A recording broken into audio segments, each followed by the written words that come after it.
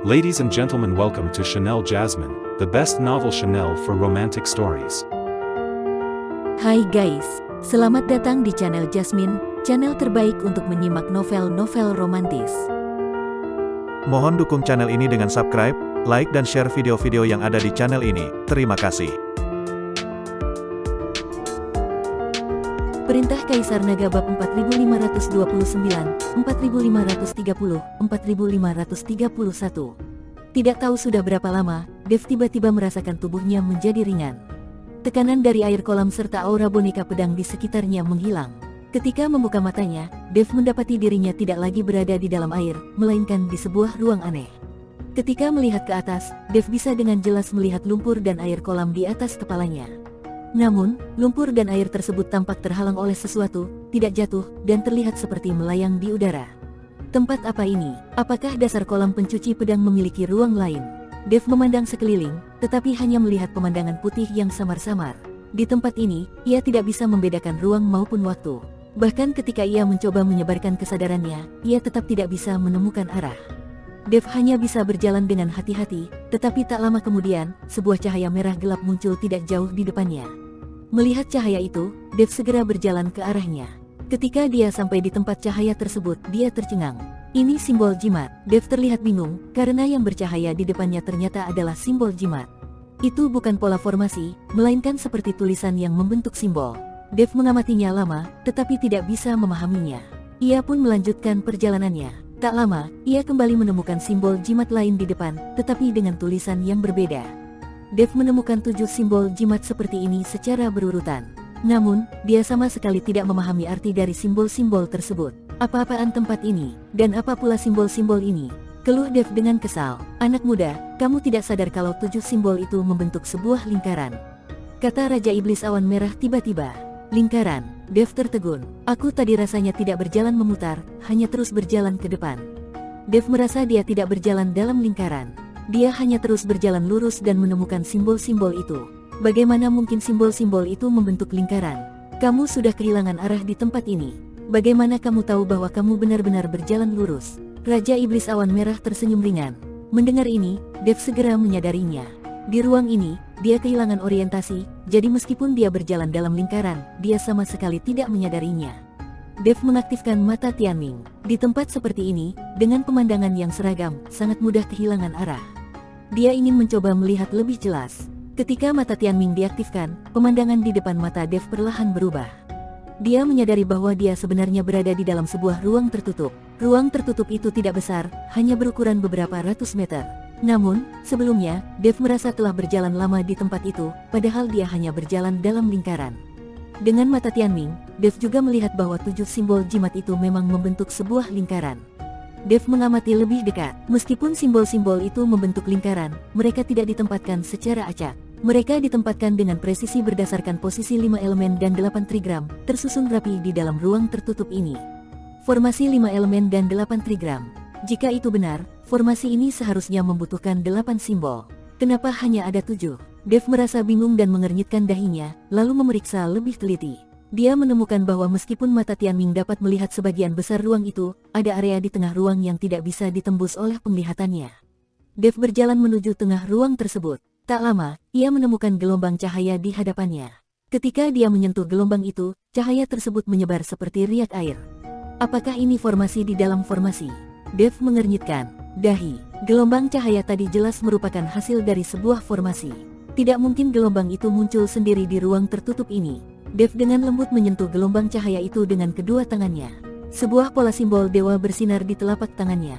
Hanya dalam waktu singkat, gelombang cahaya itu perlahan memudar, dan pusatnya menjadi semakin jelas. Ketika gelombang itu sepenuhnya menghilang, Dev terkejut melihat di pusat ruang tersebut, Tuan Pedang dan beberapa tetua sekte penempaan senjata terjebak di dalamnya. Melihat kemunculan Dev secara tiba-tiba, mereka semua tampak sangat bersemangat. Dev bergegas menuju Tuan Pedang begitu melihatnya. Tidak heran selama ini Tuan Pedang tidak pernah muncul, bahkan orang-orang yang dikirim untuk mencarinya juga tidak kembali setelah memasuki kolam pencuci pedang. Ternyata mereka semua terperangkap di sini. Jika Dev tidak datang, siapa tahu berapa lama lagi mereka akan terjebak. Tuan Chen, jangan mendekat. Tuan Pedang tiba-tiba berteriak keras. Namun, semuanya sudah terlambat.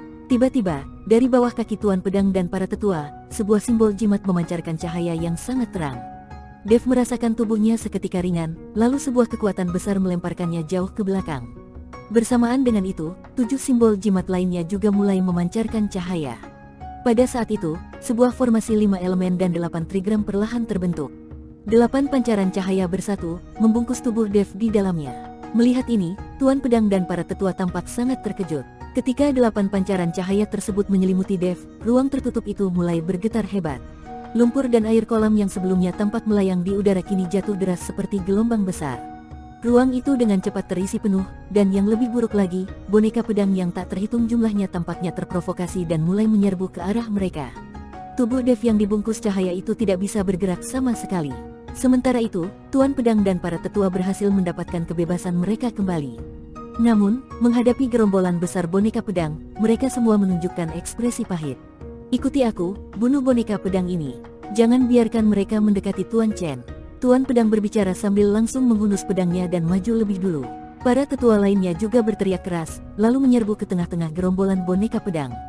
Dalam sekejap, gelombang energi berputar, dan cahaya spiritual menyala terang. Boneka pedang yang tak terhitung jumlahnya hancur di bawah serangan tersebut, berubah menjadi energi pedang yang berkeliaran di kolam pencuci pedang. Namun, Tuan Pedang dan para tetua tidak punya waktu untuk menyerap energi pedang itu. Mereka hanya bisa bertarung mati-matian. Dev, yang masih diselimuti cahaya formasi 8 trigram, tampaknya jatuh ke dalam keadaan tidur dan tidak bergerak sama sekali. Untungnya, tidak ada satupun boneka pedang yang berani mendekatinya. Mereka semua menjauh dari cahaya itu. Serangan 1000 pedang, mata Tuan Pedang memancarkan semangat juang yang besar. Tubuhnya memancarkan ribuan pedang spiritual sekaligus. Di belakangnya, ruang kosong berguncang, dan cahaya pedang putih yang tajam muncul, jumlahnya tak terhitung. Dengan satu gerakan jarinya, ribuan cahaya pedang itu bergerak serempak, menyerbu ke arah boneka pedang tersebut. Tuan Pedang benar-benar marah. Terjebak di tempat ini begitu lama membuat banyak orang di sekte penempaan senjata berpikir bahwa ia telah mati. Cahaya pedang yang tak terhitung jumlahnya bertabrakan dengan boneka pedang. Dalam sekejap, energi memenuhi kolam pencuci pedang. Di luar kolam pencuci pedang, Master Palu Besi dan yang lainnya menatap kolam yang bergelora dengan wajah penuh kekhawatiran. Tidak ada seorang pun yang tahu apa yang sebenarnya terjadi di dalam kolam itu. Getarannya begitu hebat, bahkan seluruh sekte penempaan senjata tampak ikut berguncang. Sementara itu, Dev tetap diam dalam pelukan cahaya formasi tersebut, tubuhnya terasa seperti berada di dalam mata air panas. Sangat nyaman, Dev menutup matanya sedikit, seluruh tubuhnya tampak sangat santai. Namun, ketika Dev merasa santai, benang-benang hitam kecil yang terlihat dengan mata telanjang mulai perlahan menyusup ke dalam tubuhnya melalui cahaya tersebut. Dev tetap tidak bergerak, bahkan tersenyum santai. Namun, tepat saat benang hitam itu hampir masuk ke dalam tubuhnya, Dev tiba-tiba membuka matanya lebar-lebar. Segera setelah itu, mata Dev memancarkan sedikit rasa tidak puas, langsung menatap simbol jimat di pusat formasi 8 trigram, mau bermain seni jimat denganku. Kau terlalu naif, Dev menyeringai, lalu menggerakkan tangannya. Dalam sekejap, simbol jimat di pusat itu berubah menjadi abu. Begitu simbol jimat tersebut hancur menjadi abu, cahaya pada simbol-simbol lainnya langsung menghilang. Seluruh kolam pencuci pedang pun tenggelam dalam kegelapan, dan boneka-boneka pedang yang tadinya liar tampak kehilangan sifat ganasnya. Meskipun beberapa masih menyerang, intensitasnya jauh lebih lemah. Sebagian bahkan berhenti menyerang sama sekali. Melihat hal ini, semua orang menghela napas lega, lalu menatap Dev serempak. Tuan Chen, Anda baik-baik saja? Tuan Pedang berjalan dengan pedang di tangannya, lalu bertanya. Aku tidak apa-apa, jawab Dev sambil menggelengkan kepala. Tuan Pedang, tempat ini apa sebenarnya? Dan apa fungsi formasi di ruang ini? Namun, Tuan Pedang menggelengkan kepalanya sambil berkata, aku juga tidak tahu. Aku hanya tahu bahwa dasar kolam pencuci pedang memiliki formasi. Tapi tentang adanya ruang tersembunyi di dasar kolam ini, aku sama sekali tidak mengetahuinya. Sepertinya ruang ini dan formasi di dalamnya dibuat oleh leluhur sekte penempaan senjata, kata Dev. Tuan Chen, kenapa Anda mengatakan demikian? Jika itu benar, apa tujuan leluhur membuatnya? Tanya salah satu tetua sekte penempaan senjata dengan bingung.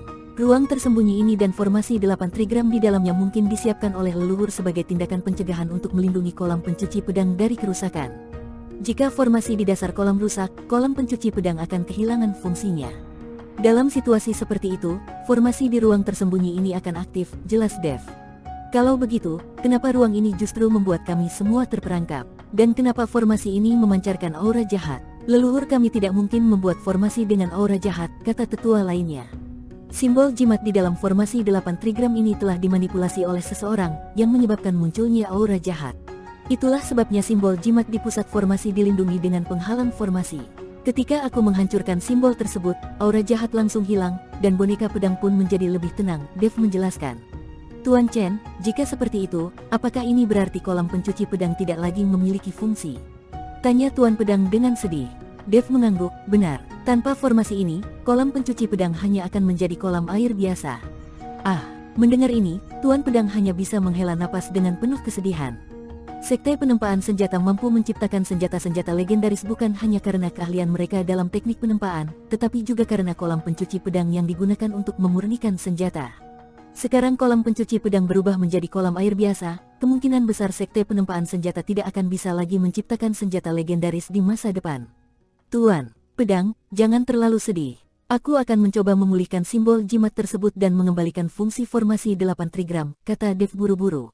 Mungkin tidak bisa sepenuhnya seperti semula, tetapi setidaknya kolam pencuci pedang masih bisa berfungsi sebagian. Benarkah? Kalau begitu, terima kasih banyak, Tuan Chen.